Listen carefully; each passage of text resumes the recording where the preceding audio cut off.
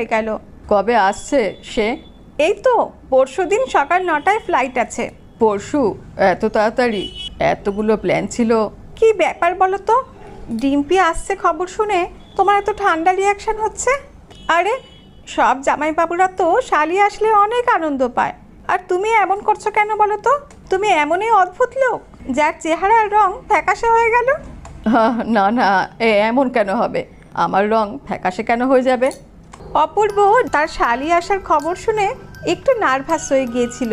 গাড়ি চালাবার সময় ডিম্পির সাথে আগে দেখা হওয়ার কথাটা তার মনে পড়ে গেল। 2 বছর আগেকার কথা। অপূর্বকে বরের বেশে সেদিন খুবই হ্যান্ডসাম দেখতে লাগছিল। ও স্টেজের ওপর দাঁড়িয়েছিল।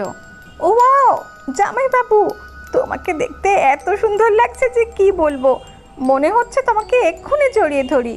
ডিম্পির কথা শুনে অপূর্ব অবাক হয়ে যায়, আর সে কি বলবে কিছু